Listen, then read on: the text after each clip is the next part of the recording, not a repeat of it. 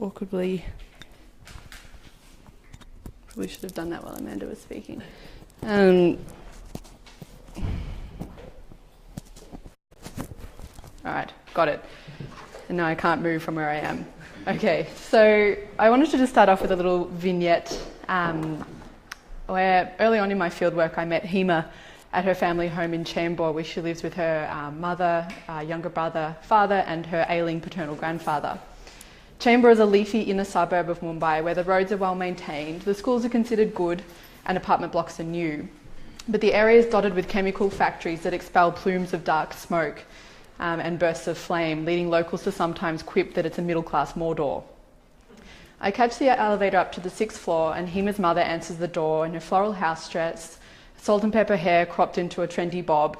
She greets me with a confident handshake and flawless English, ushering me into their spacious living room. Hema appears and we conduct the interview perched on her double bed beside a large tree-filled window, air conditioner rattling in the background, and a family's full-time maid serving an endless supply of chai and biscuits.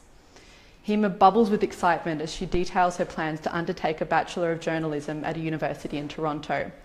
She talks at length about the personal growth that she's anticipating, the independence at her fingertips, and the foreign stamp that she'll acquire by being exposed to life over there. But most of all, Hema spoke of the high-flying career that she imagined for herself once she triumphantly returns to India, having spent several years working in whichever Anglophone country she can find work in as a journalist. So, international education is an increasingly prevalent life choice for young, urban, upper-middle-class Indians like Hema, for whom transnational mobility is perceived as an important experience in the transition into adulthood. In this presentation, I'll explore the complex relationships between how international education is imagined and experienced, and how class status is correspondingly reproduced in both Mumbai and across transnational borders. Using data gathered from in-depth interviews in Mumbai in which participants discussed their perceptions of international education, its value and its outcomes, I argue that there are significant nuances in how capital is understood, embodied and made distinct within the granular class hierarchies that constitute the urban upper middle class. Specifically, I argue that there are two central but distinct imaginaries and experiences of international education in the Mumbai context, which correspond to the localised class identity of the individual seeking international education. So on one hand, the South Bombay or Sobo super elite seek to maintain their existing privilege by engaging with international education in order to acquire the stamp of having spent time overseas, which finishes them as young adults and poises them as ready to engage in adult life in the same elite context in India in which they grew up. On the other hand, these suburban strivers, such as Hema, engage with international education with a mind to seek upward mobility, but they are not seeking to mimic the lifestyles or behaviours of the Sobo super elite. Rather, suburban strivers are pursuing a transformative experience that promises to change the trajectories of their lives, especially in relation to career options, but also in terms of their lived experiences. These divergent approaches to engaging with international education permeate the ways that individuals imagine and experience international education, impacting their mobility trajectories, career aspirations, and decisions about when and whom to marry. So a brief overview of what I'm going to try and get through in the 45 minutes that I have today. I'm going to start with just an overview of the methods and methodology that I use to collect the data. Then I'll outline the conceptual framework of the thesis. Then I'll move to the data, which I've broken up into 3 sections: constructing class identities in Mumbai, imagining international education and post-study outcomes. And last, I'd like to throw around some ideas that I'm working on in relation to the dreaded so what question that all theses need to ask. Or answer, well, that's the issue. So I conducted 17 months of fieldwork in Mumbai between 2015 and 2016. I interviewed 80 participants in total, and I used a grounded theory approach to both design the research and analyse the data.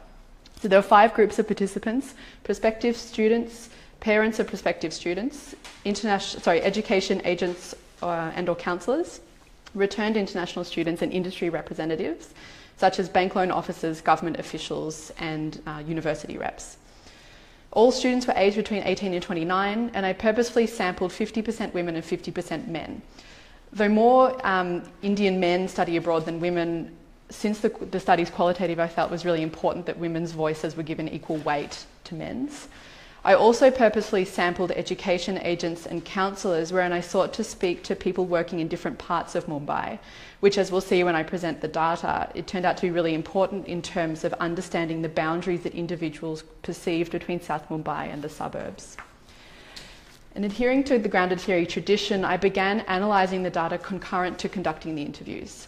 So this involved 2 early overlapping stages of coding, open coding and axial coding, followed by a later stage of selective coding.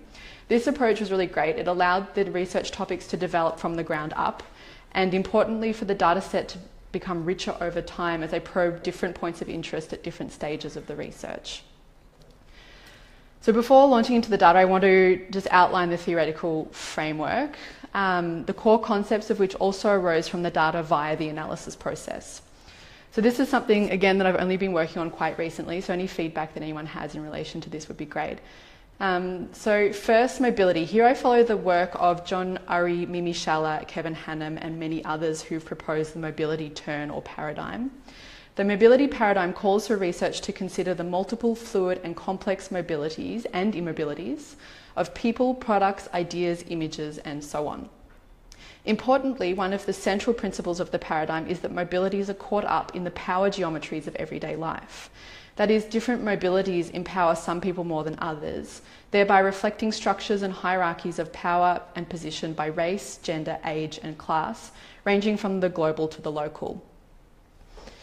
Despite the recognition within this literature of the emergence of a new, highly mobile group of global elites, the nuanced identities within this group remain largely unexplored.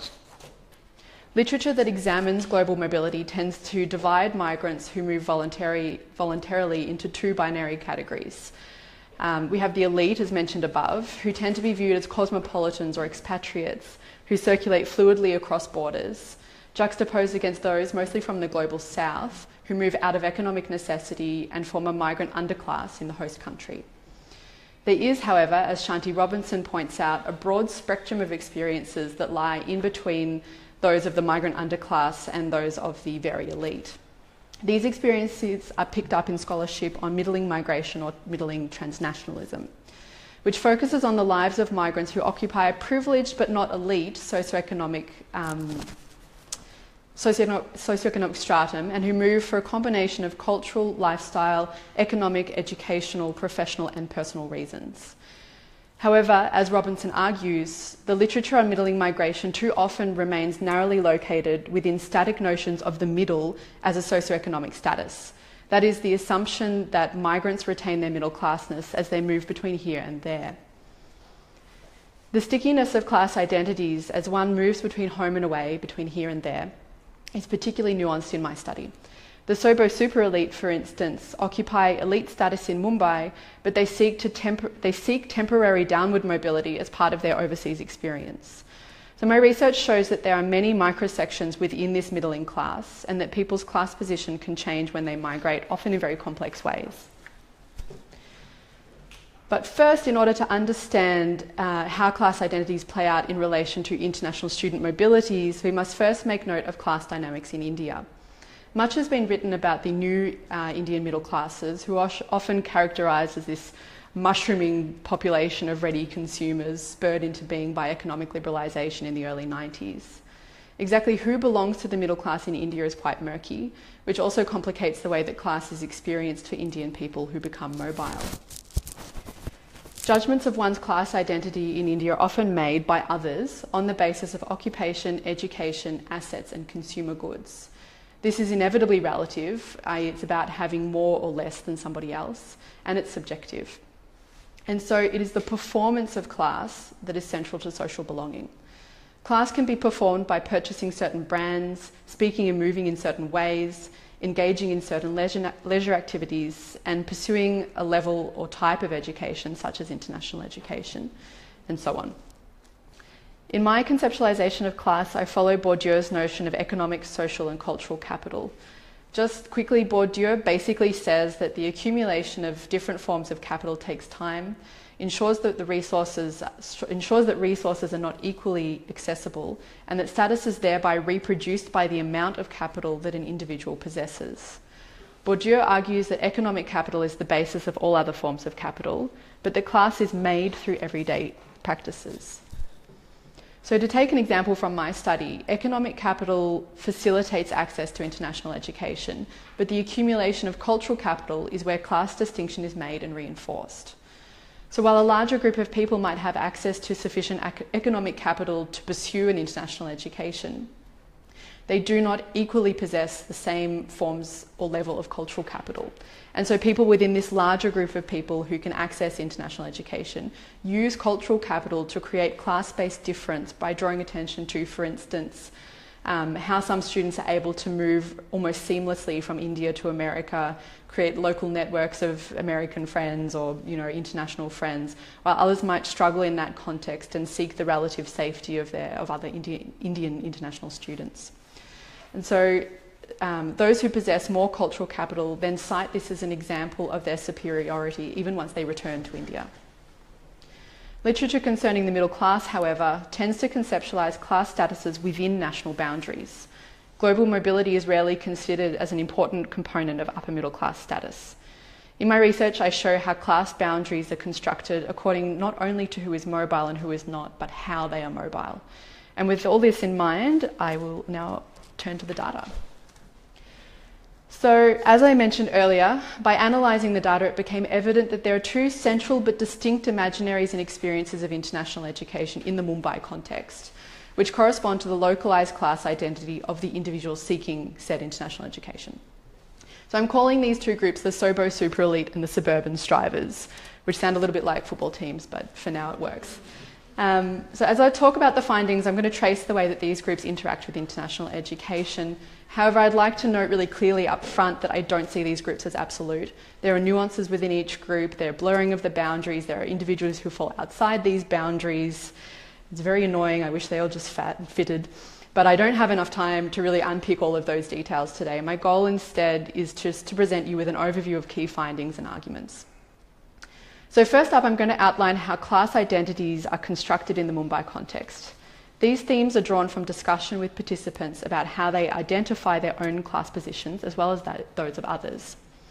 The vast majority define themselves as upper middle class. However, when I probed their answers for further detail as to how and why they belong to the upper middle class, the responses were very mixed and often quite contradictory. So first, there's local geography. Participants consistently described an imagined boundary between South Mumbai, which is basically where all the posh people live, and the suburbs, which is where the rest live. Participants consistently implied that where one resides was not only a display of economic capital, but also of social and cultural capital. For example, living in South Mumbai carries an assumption of significant wealth, but also an expected set of behaviours and tastes that a Sobo resident should abide by. Kunal, a returned student who'd grown up in South Mumbai and had studied at Columbia University, contended that where one chooses to live reflects their level of sophistication. Quote, "If you live in South Bombay, it's not about the fact that your residence costs that much. It's more about that it matters to you.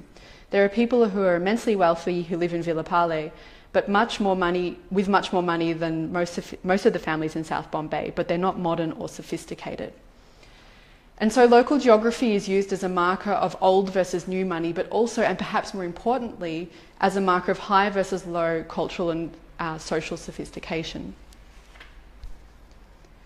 The second significant marker of class status is a family's occupation, that is, whether they run a business or work in salaried professional jobs. This also corresponds to the South Mumbai versus suburbs binary, in which South Mumbai residents typically run fairly successful family businesses, often trading in diamonds, textiles, or engaging in other forms of manufacturing, whereas suburban families tend to occupy professional positions. Participants suggested that a family's occupation not only signified an economic discrepancy, but also a cultural one. Some participants, like Anirudh, stated that business and professional families could have similar incomes but entirely different cultural practices. Quote, "I would say there is a professional upper middle class and a business family upper middle class. In terms of class distinctions, the way they live and the way they do things, these are two very different groups, different freedoms, different goals entirely, different ways of raising children, different culture, different values, everything. You might have the same level of income, but they belong to different classes." The difference that Anirudh alludes to is primarily a traditional outlook versus a modern one. I use that binary very loosely. Anirudh went on to explain that business families are stricter than professional families. According to him, the children of business families are expected to uphold the family's reputation in elite circles. They are more likely to observe strict religious practices, and they are more likely to dictate the career and or marriage choices of their children. In relation to international education, those from South Mumbai are generally expected to go abroad after they complete school. International education is part of the SOBO prescribed life course, and those who do not go abroad, who are from the SOBO region, feel that they're quite left out of their social circles as a result. Young people from the suburbs, on the other hand, do go abroad in increasing numbers, but they don't grow up with the assumption that they will study overseas. This is a decision that's made much later according to the family's financial status, the academic ability of the student, political climates, job and migration prospects, and so on. So just a quick overview of the two groups so far, so we have this going forward. We have the SOBO super elite, who are characterised as belonging to business families. They have old money, traditional values, and there's sort of an expectation that they'll go abroad. And then there's the suburban strivers, who are typically white-collar workers. They've accumulated new wealth. They're presumed to have more modern values, and they're less likely to imagine international education as an integral part of their transition into adulthood. Third, and perhaps most importantly, participants created class difference by pointing to modes of distinction. Creating distinction is, according to Bourdieu, a key method for the reproduction of class, which is observed through markers such as dress, speech, disposition, tastes, and so on.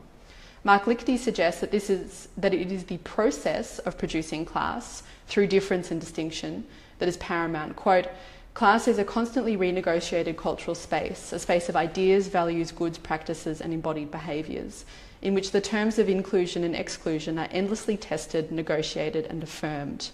From this point of view, it is the process, not the product, that constitutes class."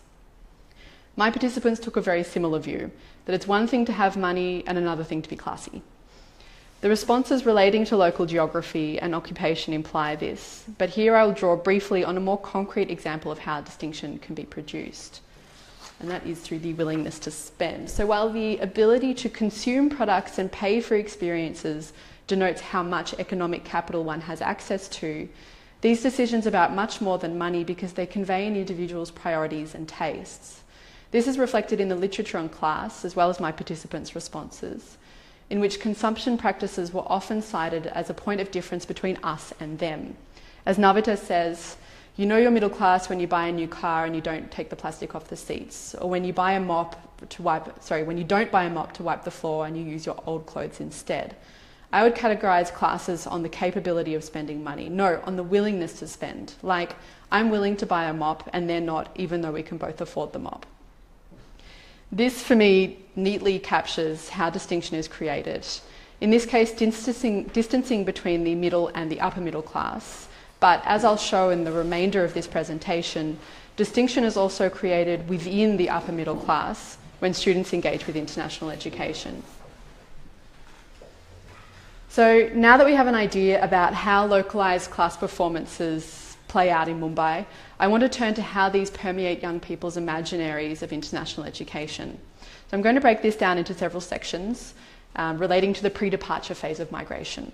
So imagining a superior education, imagining gaining exposure, which I theorise is a form of cosmopolitan cultural capital, and imagining upward socioeconomic mobility and disputations of whether or not this is actually possible. So I'm not going to spend a huge amount of time on this because it's pretty obvious. Most young people from the global south who are seeking international education do so because there's an assumption that the quality of education they will receive in the English-speaking West will be better than what's offered in their home country or what is available to them in their home country. Of course, there are additional reasons to move, such as long-term migration goals, job prospects, lifestyle, romantic relationships, etc. But the assumption that the quality of education will be better is a constant. In the Indian context, as we see in this quote from Bapu, there was a frequent assertion by prospective students that if they went to the US, UK, Canada, Australia, New Zealand, more or less in that order of, hierarchy of desirable destinations, they would be taught practical skills rather than just theory. And this theme transcends the imaginaries of both the Sobo-super elite and the suburban strivers. Excuse me. Bapu's quote also alludes to some of the other forms of capital that international students seek to obtain via international education, namely cultural capital, by being exposed to the West. So participants constantly spoke about gaining exposure or being exposed. Some literature on education in India has noted the notion of gaining exposure is a project of developing a global orientation. Manda Gilbertson further notes that acquiring exposure can be a method for recreating relational class projects by aligning oneself with global rationalism, progressiveness and an open-mindedness, while simultaneously distancing from those who are unexposed and are characterised as irrational, superstitious and or backward. Exposure, I argue, is a form of cosmopolitan cultural capital. Here I follow Don Wienick's notion of cosmopolitan cultural capital, which is a mouthful, as the bodily and mental predispositions and competencies which allow individuals to engage confidently in globalising social arenas. Wienick explains that people accumulate, deploy and display cosmopolitan cultural capital in a number of circumstances, which involve travelling abroad, interacting with foreign cultures, people or products, and possessing a near-native mastery of English and at least one other language. This is reflected in the way that my participants imagined gaining exposure via international education. However, how exposure was imagined varied according to whether the participant lived in South Mumbai or whether they lived in the suburbs. For instance, both Sobo and Suburban participants often noted personal growth as a key anticipated outcome of engaging with international education, which would be achieved by gaining said exposure. But for the suburban strivers, personal growth was usually imagined in the context of acquiring skills that will equip them to work in a global environment and to lead more independent adult lifestyles, which also represents a break from living with family in India and with Indian traditions. Personal growth for the suburban strivers generally meant upward socioeconomic mobility. However, for the Sobo-super elite, seeking personal growth via international education took on different meaning. For this group, gaining cosmopolitan cultural capital meant experiencing temporary downward mobility in favour of perceived long-term benefits, namely becoming independent. As Akash, an education counsellor who's also a Sobo-super elite himself, stated, "I think the kids who are going abroad, they come from pretty pampered lifestyles. In India, everything is spoon-fed. Their tuition teachers, their drivers, their maids. So it's a very convenient place to live and it can spoil. Sending them abroad just to rough it out on their own, I know it comes at a cost, but they're doing their own laundry, they're living in smaller rooms, they figure out how to use a washing machine, so they do become independent." So there's a value placed on experiencing very relative hardship in the form of learning to take care of oneself as a young adult. In fact, super elite families pay for the privilege of experiencing hardship.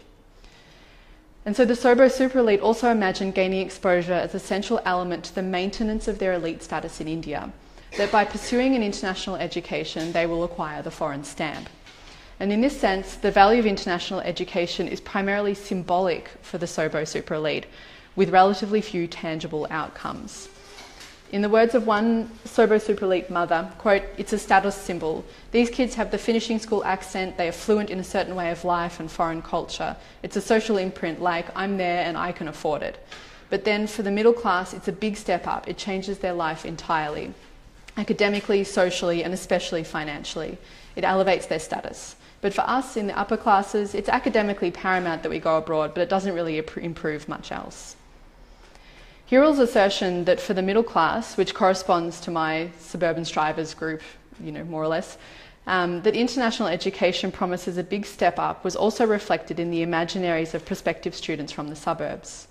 These students often spoke about the illustrious careers they imagined would result from obtaining a foreign degree, the financial security that would follow, as well as the personal growth that would occur by living away from home. In turn, suburban strivers imagined that they would achieve upward socioeconomic mobility as a result of their international education. For instance, one suburban housewife explained why they had sent both of their sons overseas to study, quote, "Education is the first priority, okay? They should be getting the best education, then job prospects. Why have you gone outside to study? Why have you spent 30 or 40 lakhs? There's some reason behind that. Not just to study, but also to make your career best possible and to have a beautiful life after that.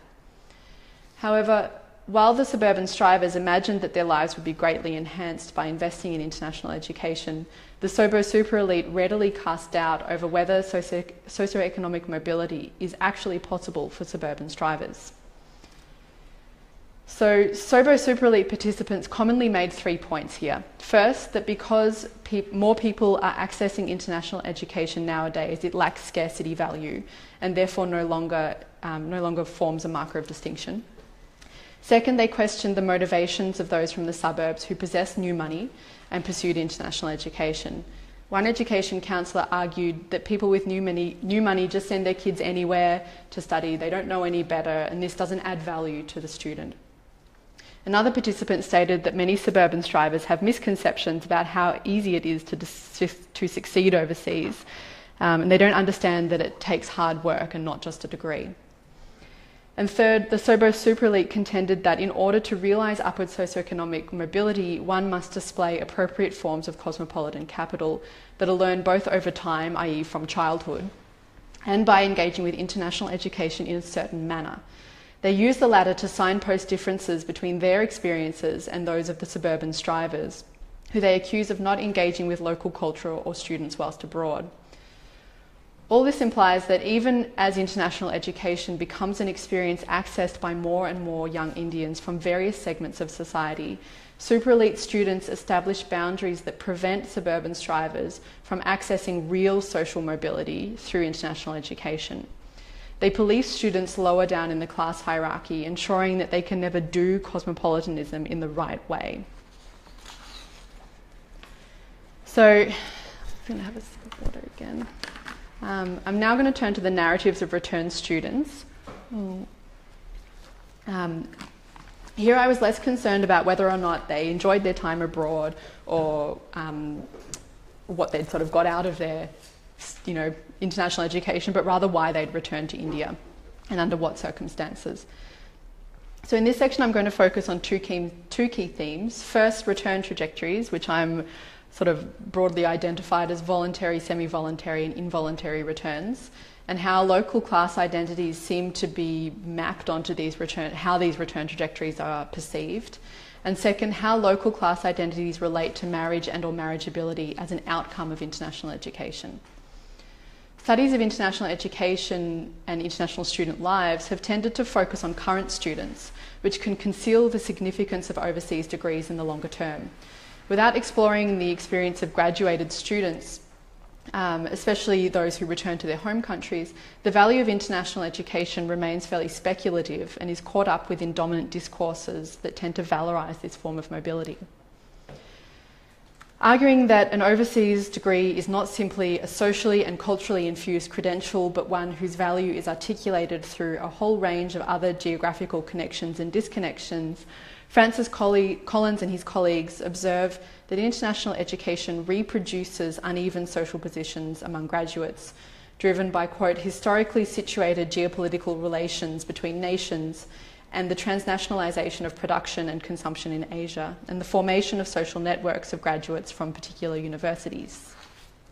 For me, this raised questions about why students return home and under what circumstances. When I analysed my data, I found that different types of return carried class-specific inferences, which may impact how we understand Indian student mobility in relation to return trajectories. Specifically, class status is a significant factor in determining voluntary return, and is also an underlying factor in how involuntary return is perceived and or experienced. So the first type of return that participants reported was under voluntary circumstances. There are two common themes here. Some returned to take up employment in India, while others returned because they preferred the lifestyles there. Those who returned voluntarily were almost entirely from the SOBO super elite sample. In terms of employment, most SOBO super elites returned to work in their family's business or use their existing wealth and connections to start new enterprises. A handful also returned to take up jobs with high-end consulting firms and the like.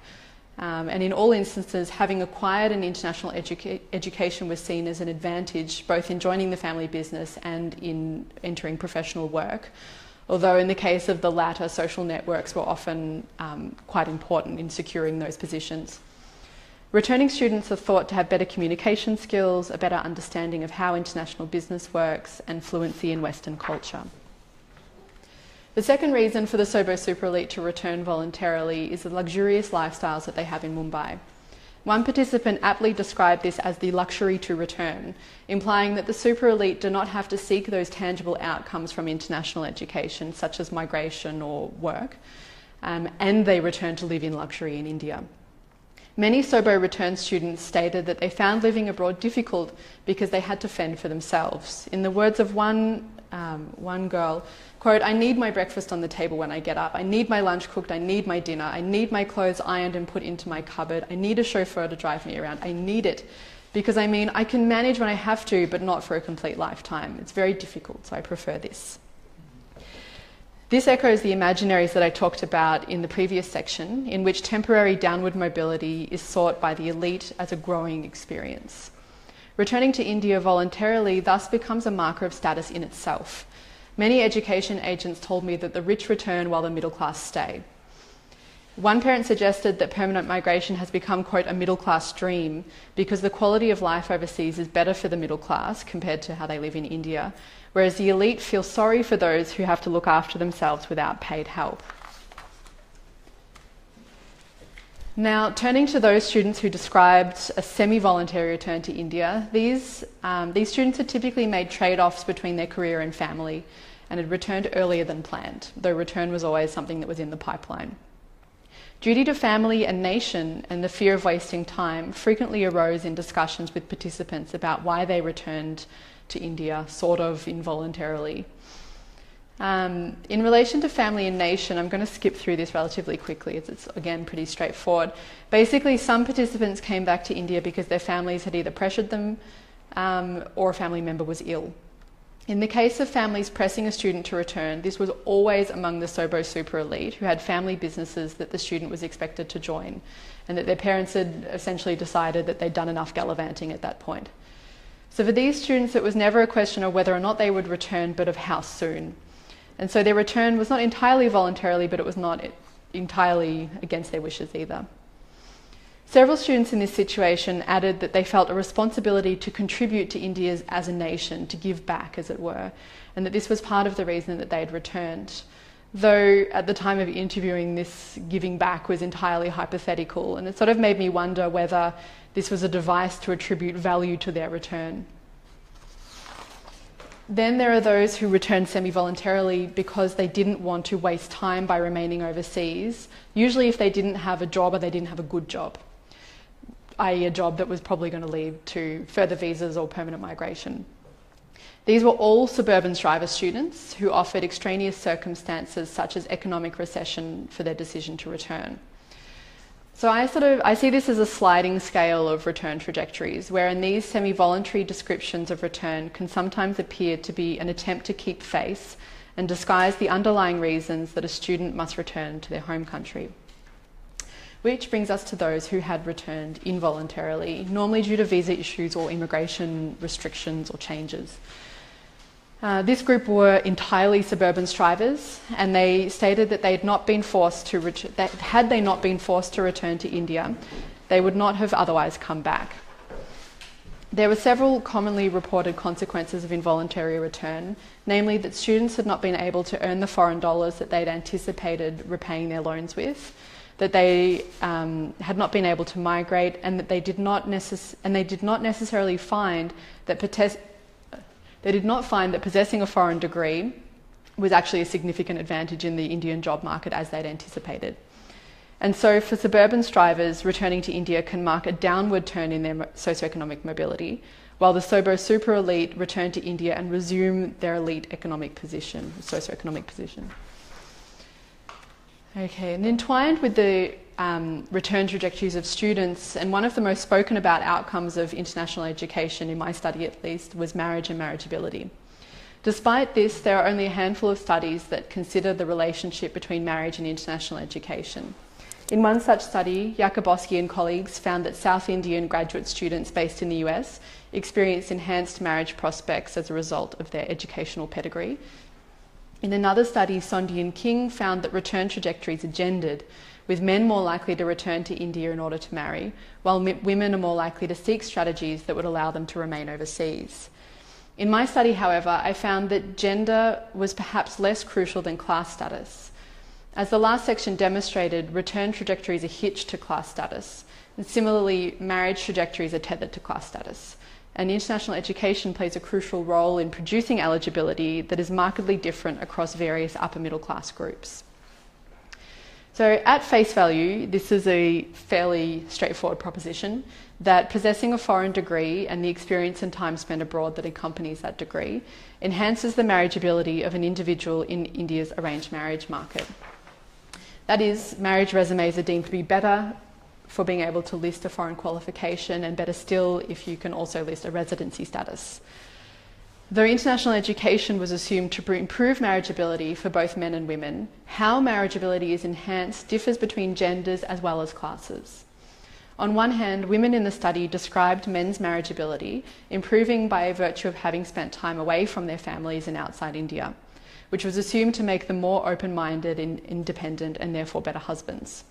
This was a constant across both my core groups of participants, although SOBO men were more likely to expect to marry earlier than the suburban strivers, and they were also more likely to return to India voluntarily.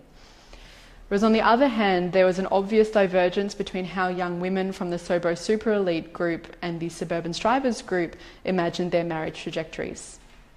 For the SOBO super elite, women are expected to return to India soon after completing their studies and to marry soon after that. In these instances, elite young women are often not expected or permitted to work after marriage, and so international education was a means of improving their marriageability rather than their career prospects. As Naina explains, my female friends who are from extremely wealthy families, they went abroad to study just because they can and also because they get married early. So studying abroad is just something to build their marriage profile. If the girl has studied abroad, then it's easier to get a groom who's also studied abroad. Also, you might get better prospects of getting married into a richer family. International education is also deemed to boost women's credentials in the context of performing traditional gendered scripts, such as motherhood, wherein an educated woman is better prepared to assist children with their homework. This contrasts to how suburban strivers imagined their marriage trajectories. They were more likely to state that they were in no hurry, that parents would let them select their own spouse, and that their career was more important for the time being. As Lekka suggests, a lot of upper-class men in India, not to mention their families, want a woman to stay at home in the kitchen or with the kids. They don't want someone who's ambitious. So upper-class women are actually quite disadvantaged in many ways. On the other hand, the middle class see an educated girl as a huge bonus. They think, great, dual income. These differing expectations pertaining to the marriage trajectories of SOBO and suburban women speak to a broader narrative about social mobility. On one hand, the SOBO super elite seek to maintain their privilege by accumulating forms of cultural and symbolic capital via international education, whereas the suburban strivers seek upward mobility primarily via economic capital that's promised by obtaining a foreign degree. And for them, it would appear that other forms of capital are perhaps secondary.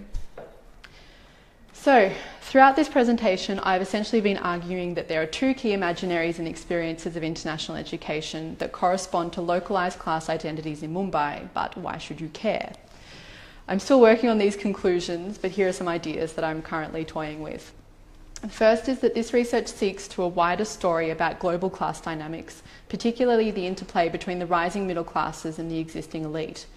As the middle class rise globally, this research suggests that the existing elite find ways to ensure that their relative privilege is maintained, even as the middle class gain access to forms of capital that were previously restricted to the elite, such as international education. In a similar vein, this draws out some of the inequalities that exist within global youth mobility, even as we're looking at a relatively elite group of people who can afford international education. Last, this research has implications for how we understand the impact of transnational mobility in the localised context. That is, the perceived, maybe, disadvantage of being immobile, and what this could mean in terms of perpetuating and reproducing privilege and potentially widening class divides as more people pursue international education and equip themselves with superior forms of capital, whilst others are either left behind or need to find new ways of positioning themselves in order to be competitive. I think this has particular relevance in the job market, wherein more Indians are obtaining degrees but are having trouble finding jobs that reflect their qualifications, as we see in Craig Jeffrey's work, which I'm sure many of us are familiar with. And that's about all I've got. Thanks very much.